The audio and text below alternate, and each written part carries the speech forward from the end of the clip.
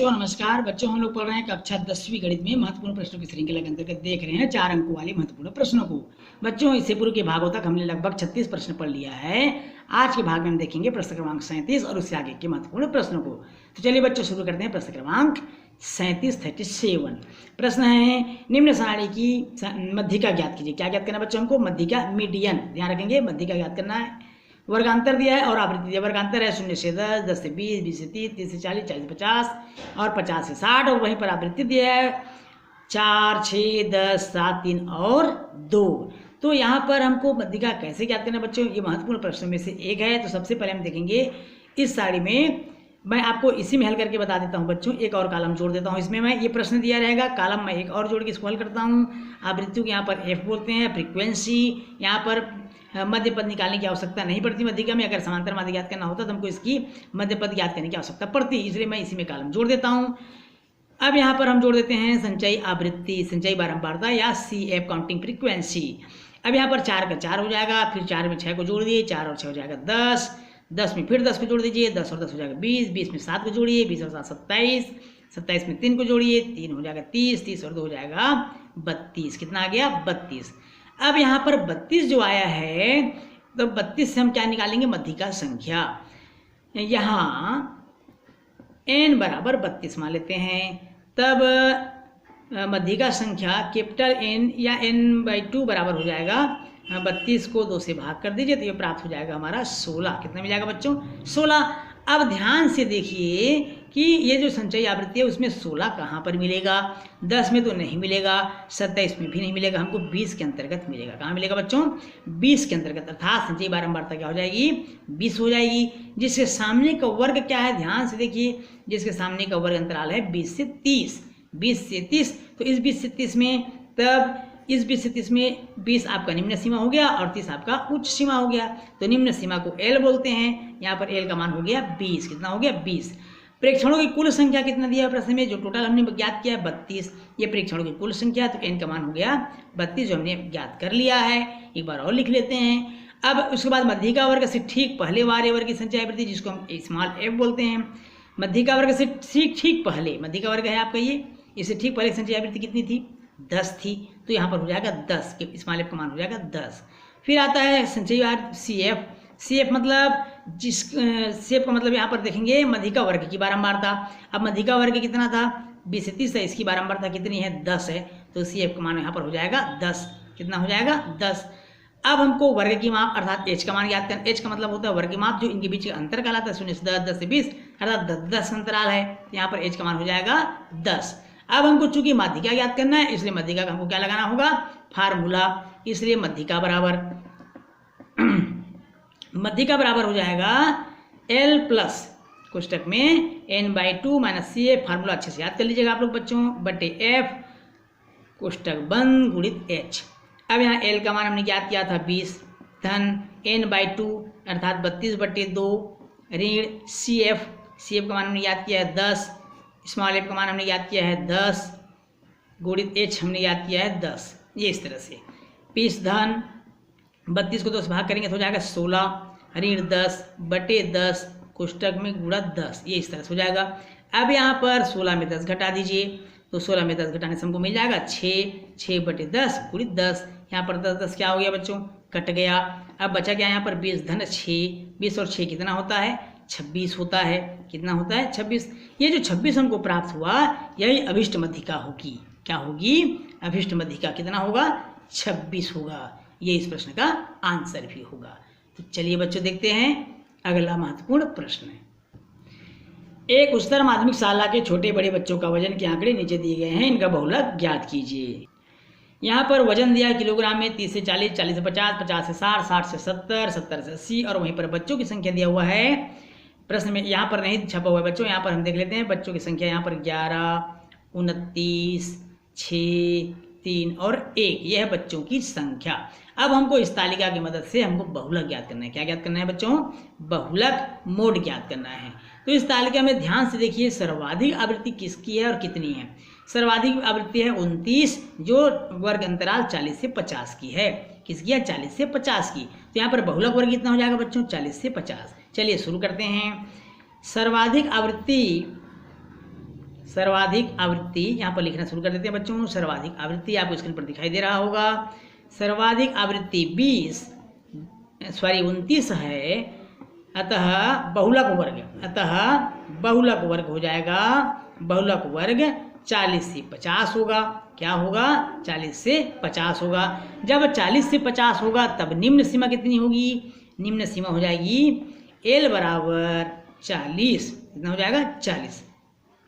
बहुलक वर्ग की बारंबारता जिसको हम F1 बोलते हैं, यहाँ पर F1 फार्मूला के हिसाब से F1 ये 29 दिया हुआ है।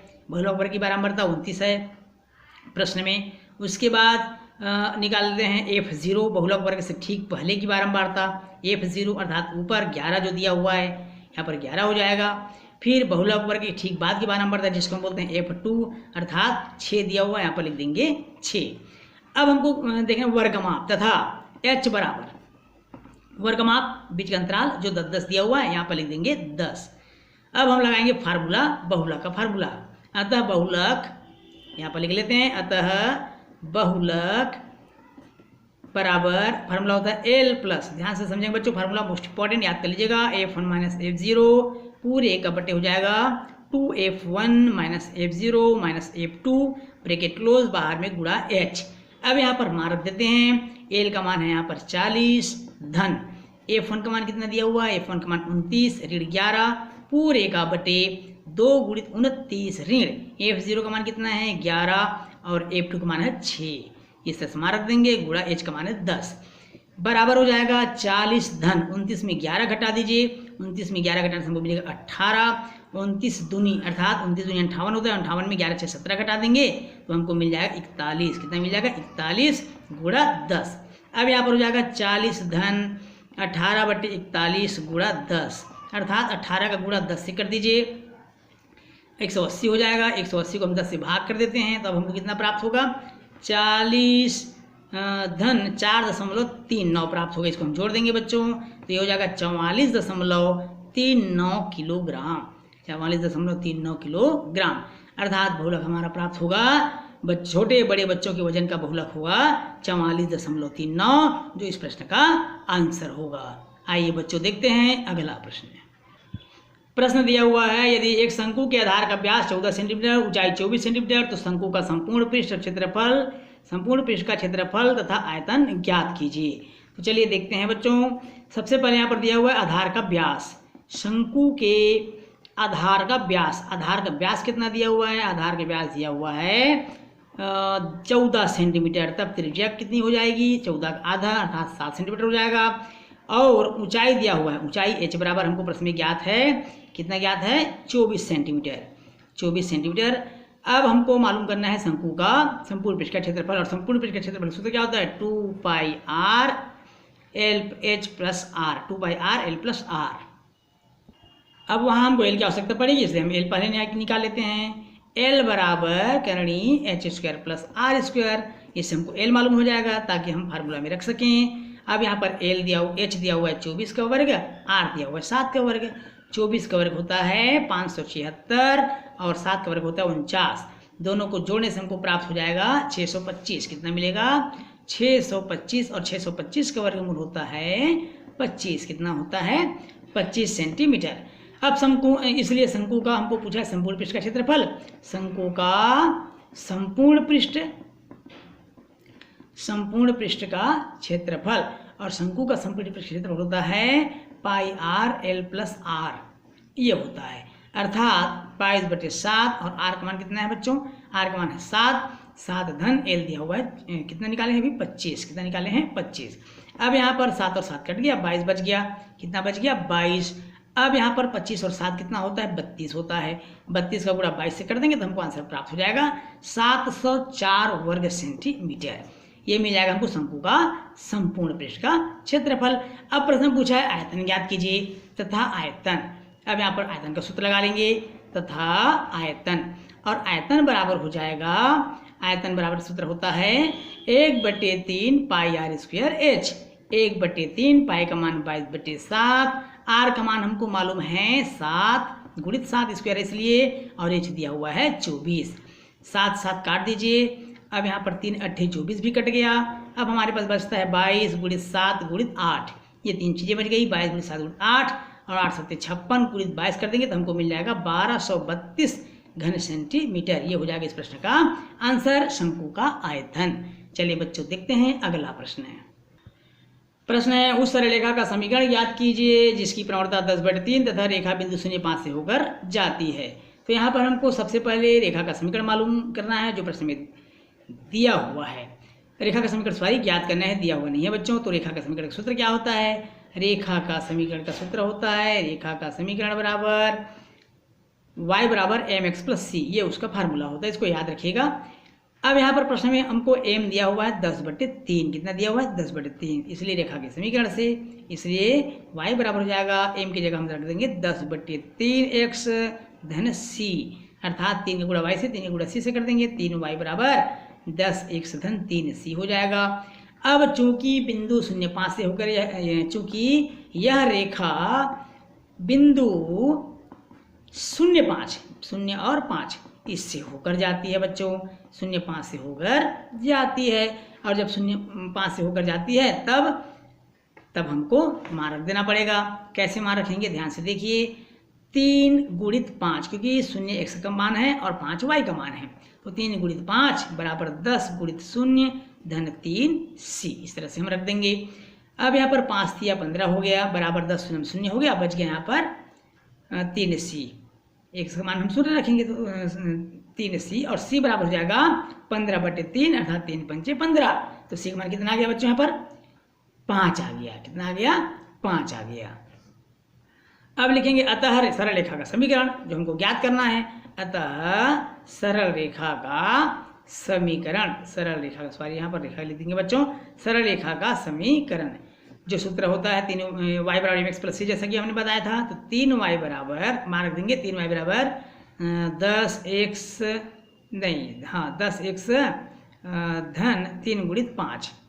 अब यहाँ पर हो जाएगा 3y बराबर हो जाएगा 10x धन 5 दिया होता है 15। अब इसको पक्षांतर कर देंगे बच्चों, जमा कर लिख देंगे 10x ऋण 3y धन 15 बराबर हो जाएगा 0, और ये हमारा क्या होगा इस प्रश्न का आंसर हो जाएगा। एक बार स्क्रीन पर देख लीजिए बच्चों, आंसर है 10x ऋण क्या है 10x ऋण 3y धन 15 बराबर 0, ये हमारे इस प्रश्न का आंसर हो जाएगा। बच्चों इस प्रश्न के साथ ही 4 अंक वाले महत्वपूर्ण प्रश्नों की श्रृंखला का ये अंतिम भाग था, और इस प्रश्न के साथ ही 4 अंक वाले महत्वपूर्ण प्रश्न समाप्त होता है। बच्चों अगले भाग में जब आपसे मिलेंगे तो 5 व 6 अंक वाले महत्वपूर्ण प्रश्नों को लेकर आएंगे। तो बच्चों यदि आपने इस चैनल को सब्सक्राइब नहीं किया है तो जरूर सब्सक्राइब करें, ताकि अगला भाग आप तक तुरंत पहुँच जाए, नोटिफिकेशन तत्काल आपको मिल जाए और आपको ज्ञात हो जाए कि हमने प्रश्न को अपलोड कर दिया है। बच्चों वीडियो अच्छा लगे तो वीडियो को लाइक और शेयर करिएगा। यदि आप चैनल पर नए हैं तो चैनल को सब्सक्राइब करना बिल्कुल नहीं भूलिएगा। बच्चों आपसे फिर मुलाकात होगी अगली क्लास में, तब तक के लिए नमस्कार।